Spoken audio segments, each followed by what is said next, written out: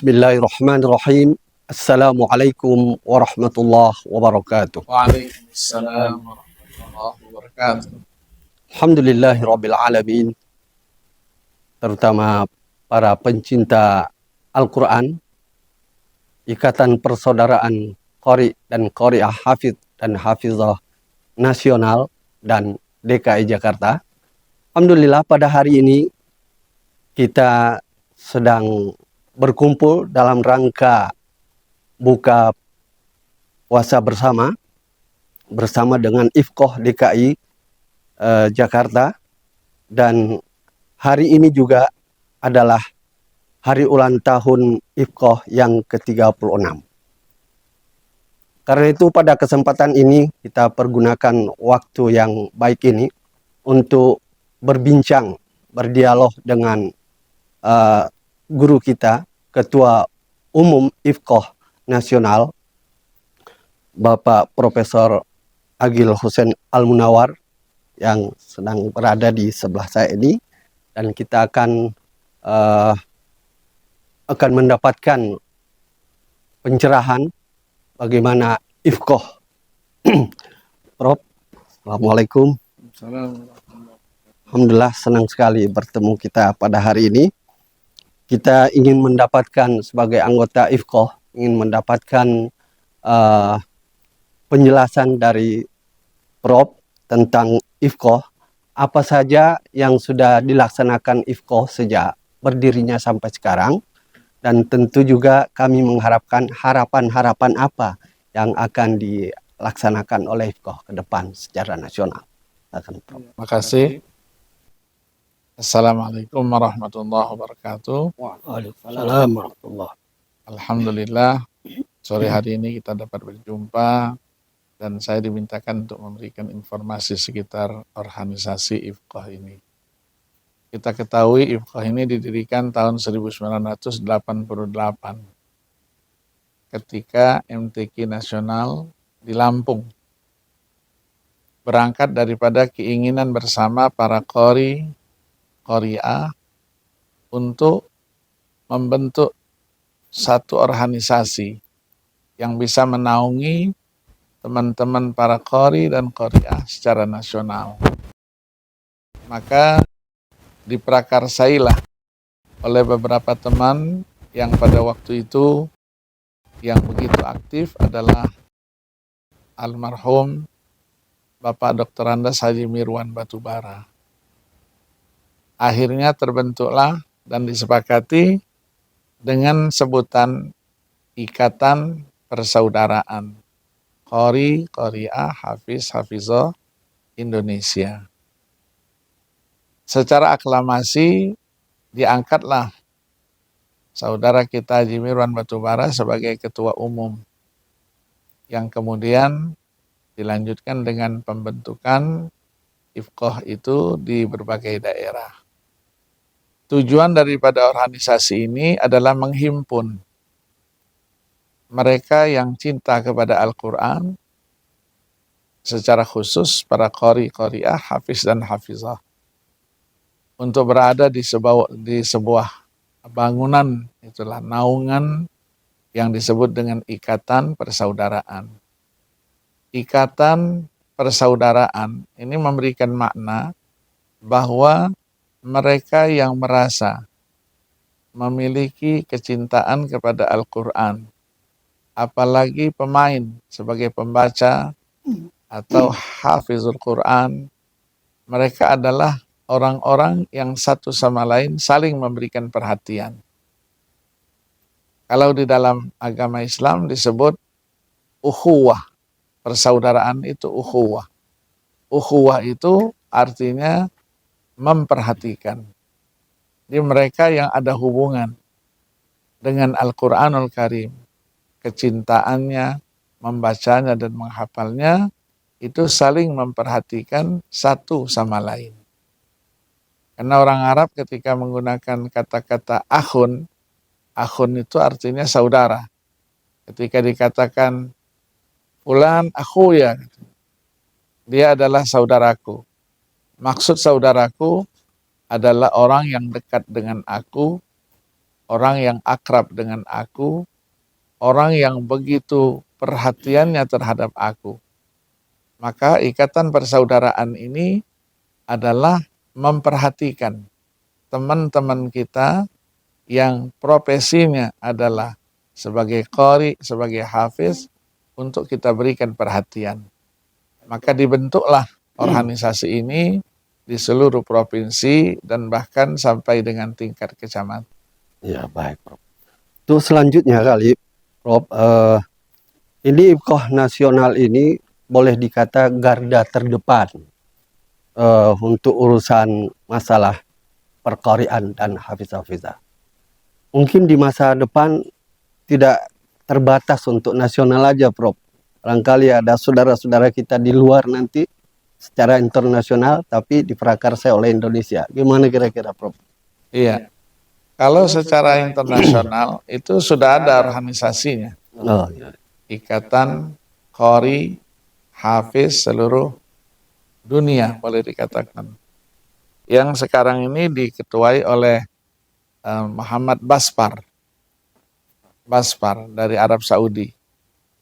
Dulu diketuai oleh Alauddin Al-Qisi dari Irak. Saya ditunjuk sebagai wakil ketua untuk Asia Tenggara.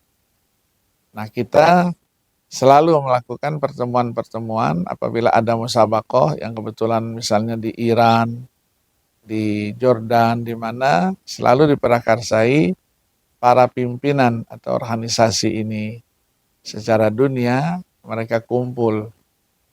Nah, tapi sekarang ini terkendala. Nanti saya akan ceritakan, mungkin tidak kita ceritakan di sini. Kenapa secara internasional tidak terjadi lagi pertemuan-pertemuan seperti itu. Tapi kita terus berusaha ya melalui Lajnah Tasih Al-Quran juga. Terkumpul para qari, hafiz seluruh dunia yang selalu bertemu di Iran. Kebetulan saya ditunjuk sebagai wakil ketua Tasih internasional itu.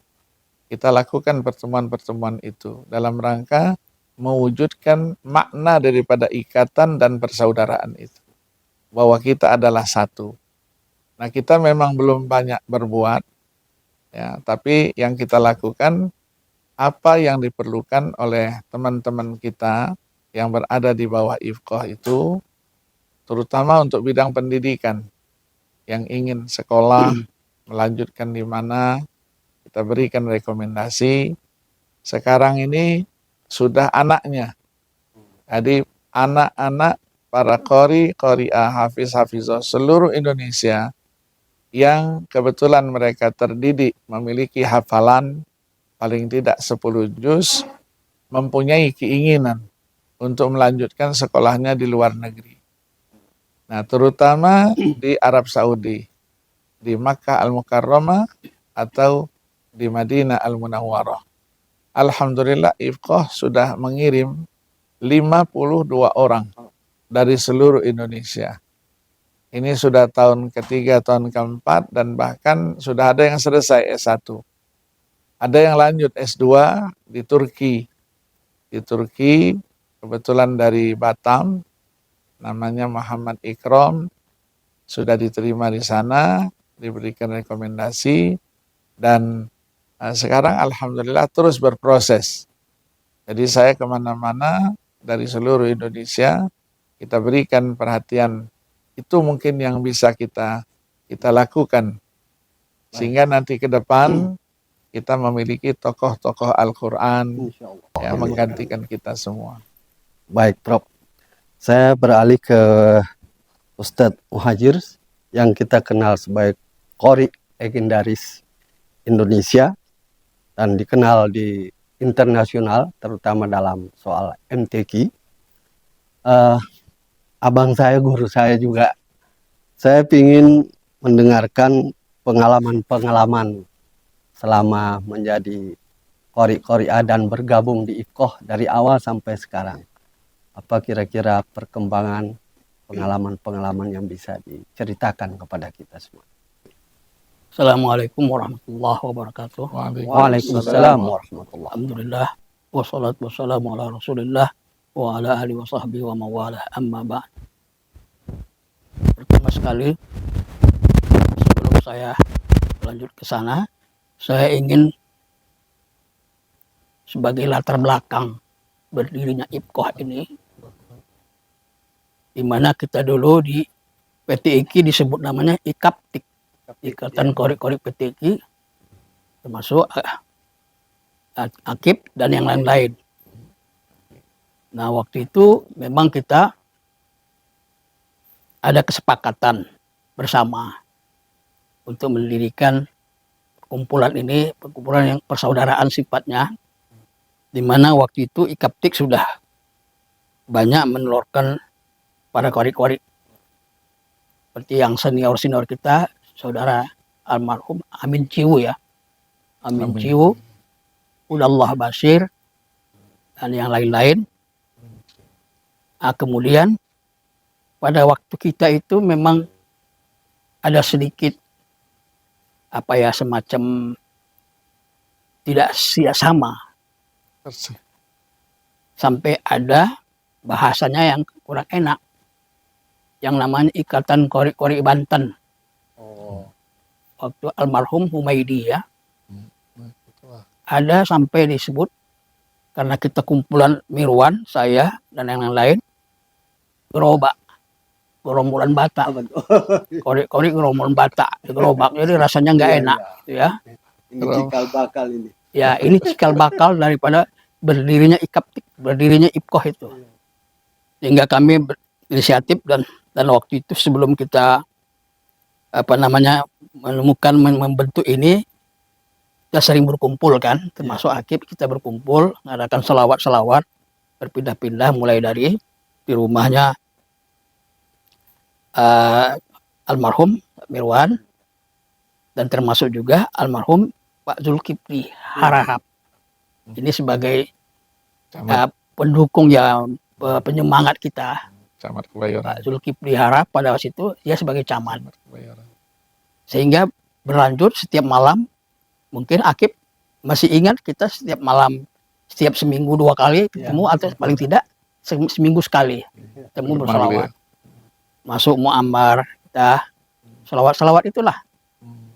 Nah, pada ketika itu muncullah ini, bentuklah IPKOH ini yang diketuai oleh Ustaz Mirwan Batubara.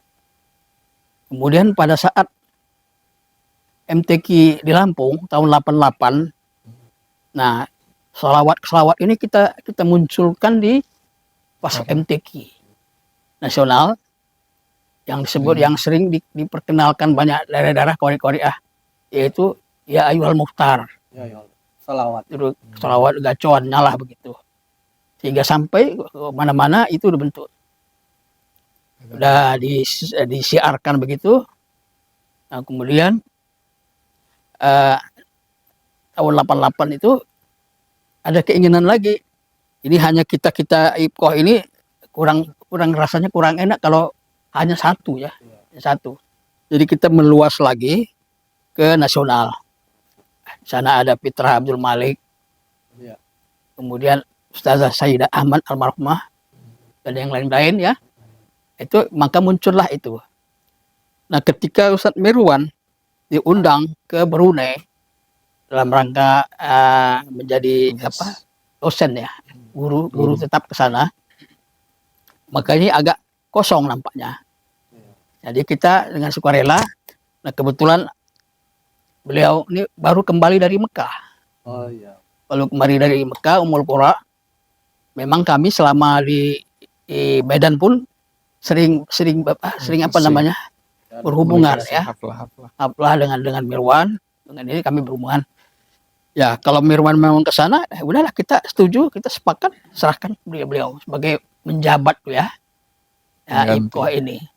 Pelaksana tugas dari tahun 91 ya. 91. Pas setelah MTQ Jogja, kalau nggak salah ya. Nah, itulah beliau jadi sekarang ditumbuhkan IPKOH pusat itu ke Ustaz Agil ya. Saya juga sempat waktu itu menjabat ketua 3 apa keempat saya lupa. Harian. Hah? Harian. Ya. keempat. Jadi ketua satu di ini, kemudian termasuk saya, Rasulullah, saya sama Ustazah Maria Ulfa, ketua 4 sampai berapa ya. Nah, itu terus sampai sekarang. Baru diadakan setelah itu Munas. Sekarang dipegang oleh beliau sampai sekarang. Lama. Kira-kira harapan Ustadz dengan Ifkoh ini? Ya tadi menyinggung tadi masalah-masalah tadi apa tadi yang Yang masih Siswa.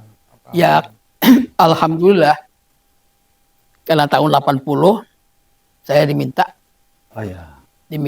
mendadak oleh Kementerian Agama, Pak Menteri, untuk Mewakili. langsung berangkat ke Mekah. Sementara waktu itu saya dengan kawan-kawan sedang ada apa istilah KKN lah, kuliah kerja nyata, bukan KKN ini ya, KKN. Kakak. Jadi kita diminta, saya mendadak diminta. Sementara saya sedang berada di Pontianak, Oh, itu. di daerah pelosok, Jongkong namanya. Itu kita mau mengadakan semacam apa ya, KKN itu. Ada bertiga, Penyuluhan. almarhum Mas Niadi, kemudian dari Padang satu, dan saya sendiri. Itu menghadapi MTQ Jogja, apa Semarang saya lupa itu. Nah itu udah saya nggak jadi berangkat, tunda tahun depan, itu tahun 79, tahun 80 Sama ke Semarang. Semarang, nah, tahun 79 Semarang, kemudian 80 diminta lagi langsung berangkat. Mau nggak mau harus berangkat. Siap. Mekah. Ya, Saudi. siap nggak Saudi, siap, ya. saya nggak ya apa namanya nggak bisa nolak berangkat. Sama ke pertama. Cuma di situ Tahun 80. 80. Ke pertama. internasional. Yang pertama sekali, karena yang pertama ada tapi tidak ada tilawahnya. Iya, iya. Yang pertama itu hanya tahfiz saja, yang dikirim hanya satu. Jadi saya yang kedua 80 itu, sehingga ya siap nggak siap harus berangkat. Sampai di sana saya niatnya ya saya nggak pikir-pikir panjang, niat saya hanya untuk dapat terbayang umroh saja sudah. Alhamdulillah. Nah pada saat kembali dari sana, yang mendampingi saya, menjemput saya, yang menemani saya, beliau lah sama Ustaz Nasrullah. Waktu itu juara Ustadz, juara Juara satu. satu. Alhamdulillah. 81. Iya, Allah. tahun 80. Nah itu sampai sekarang, ya alhamdulillah itu karena ini semua berkah Al-Quran. Alhamdulillah. Semua berkah Al-Quran. Ya lebih tertarik lagi karena Al-Quran itu, makanya saya lebih kuat lagi untuk Ifkoh ini, Iya, iya. Ikatan Persaudaraan Karya, karena manfaatnya banyak. Iya. Ya, Ini barangkali terakhir dari Prof. Kelihatan Ifkoh ini perlu ada semacam pengetahuan baru tentang keilmuan ulumul Al-Quran. Mungkin ada program yang bisa kita laksanakan ke depan, Ustadz. Bisa diceritakan. Bisa aja karena kita ini organisasi profesi ya. Iya. Organisasi profesi. Jadi sekarang masih fokus tilawah, tahfiz, belum mengarah ke keilmuannya. Karena tilawah dan tahfiz itu perlu ilmu. Nah, ilmunya ilmu Al-Quran. Ilmu Al-Quran ini begitu luasnya. Ya. Begitu luasnya. Sehingga dia memerlukan nanti satu waktu kita kumpul, mungkin ada semacam apa istilahnya pendidikan berjangka lah gitu. Iya. Berjangka, bertahap untuk memperkenalkan ilmu Al-Quran. Karena ilmu ini luasnya luar biasa, ya. Itu buku-buku ulumul Quran banyak sepanjang itu. Ya, di samping di atas itu. Jadi sekarang ini memang tantangan kita ke depan. Dulu kita masih fokus dengan buku-buku yang sudah tercetak. Buku-buku yang belum tercetak, pengetahuan kita hanya mendengar naskahnya apa, tulisan siapa. Sekarang ini sudah dicetak semua. Ya, dulu kita ilmu rosam. Ilmu rosam itu paling buku satu kecil. Ya, Abu Amr, ya, Ad-Dani. Ya, hanya itu kecil buku. Sekarang ini sudah ada yang 14 jilid, ya, Nasrul Marjan itu. Saya dapat naskahnya 14 jilid. Jadi yang buku-buku begitu itu perlu kita perkenalkan untuk keilmuan. Begitu juga nanti satu sisi mungkin kita tidak sekedar bisa membaca, tapi bisa juga menjelaskan apa yang kita baca. Itulah nanti ilmu tafsir. Nah, tafsir ini nanti kita mau kembangkan sesuai dengan kebutuhan sekarang misalnya. Penafsiran secara modern, penafsiran kontekstual. Bukunya semua sudah ada. Ya, ada yang tafsir hadis itu ada 10 jilid. Kemudian ada lagi, mungkin kalau menafsirkan Al-Quran secara tahlili dari Fatihah sampai An-Nas, kapan selesainya? Maka sekarang diambil topik-topik tertentu. Itu namanya tafsir tematik. Nah, tafsir tematik kita mau milih kajian berapa? Ada satu buku sudah menghimpun hampir 500 judul dengan tulisan-tulisannya yang luar biasa. Dia ada yang 14 jilid, ada yang terbaru itu Mausu'at Tafsir Al-Maudhu'i itu 36 jilid. 36 jilid dituliskan oleh tulisan kumpulan para ulama-ulama itu. Ya, baik. Jadi ilmu ini luar biasa ya. Jadi memancing kita untuk lebih tahu, lebih banyak tahunya dari. Insya Allah mungkin program ini akan kita mulai dari program Ifqoh DKI nanti. Kita memulainya. Sebab bagaimanapun ulumul Quran ini perlu dikembangkan juga sesuai dengan profesi yang ada. Ifqoh tidak sekedar qori dan tidak sekedar hafiz saja. Tapi keilmuan perlu juga kita kembangkan. Baik para pencinta sahabat Al-Quran, kita akhiri dulu pertemuan kita kali ini. Dan kita sudah siap-siap untuk buka bersama. Mudah-mudahan Ifqoh ke depan semakin jaya, semakin maju. Insya Allah dalam rangka ridha Allah Subhanahu wa Ta'ala.